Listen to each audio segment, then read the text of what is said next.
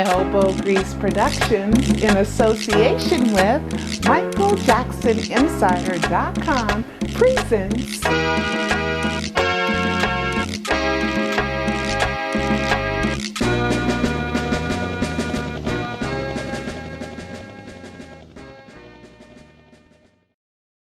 some of the happiest days of my childhood would be on Christmas morning, when I would see a long square package and I would hope that it would be a Jackson 5 album featuring my favorite Michael Jackson. And when I ripped it open, it would be ABC, or it would be the Got to Be There album, or the Looking Through the Window album. I like to say that Michael and his brothers made me smart, because my mother told me that if I wanted a Michael Jackson album, that I had to get good grades. And so that made me a good student. So I would like to thank the Jacksons for their music, not only for inspiring me to be a better person and be a good student, but also by giving me so much enjoyment and making me dance and have a good time. Now, the saddest day of my life was June 25th, 2009, and I'm sorry that I'm so emotional. I waited 3 days to do this because I thought I wouldn't be as emotional then, but as you see, I'm still grieving.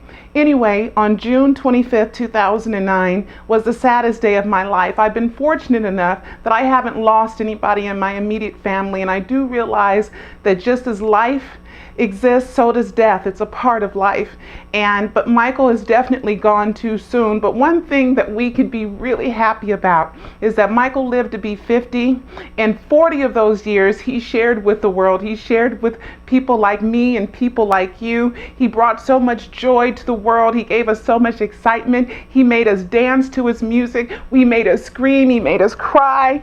And today is the third day since Michael Jackson has died, and I still am hoping for a glimmer of hope that it's a hoax, but I know that it isn't. My mind tells me that it is real, and that we have lost not only the greatest entertainer that has ever lived, but also the greatest humanitarian that's ever lived.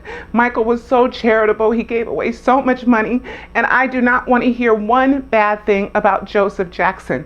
I've been hearing these, like, for some reason Joseph was to blame. But one thing I will say about Joseph Jackson is that Michael forgave Joseph before he died, and Michael even said, if you changed one thing in my childhood, I might not be who I am, and I might not have been able to elevate my talent to this. Michael's life reminds me of Benjamin Button's. You know how life was backwards? Because when Michael was a child, you heard Berry Gordy and Gladys Knight, and a lot of people say he was an old soul because he could give so much meaning and so much emotion when he sung a song, as if he's lived those emotions.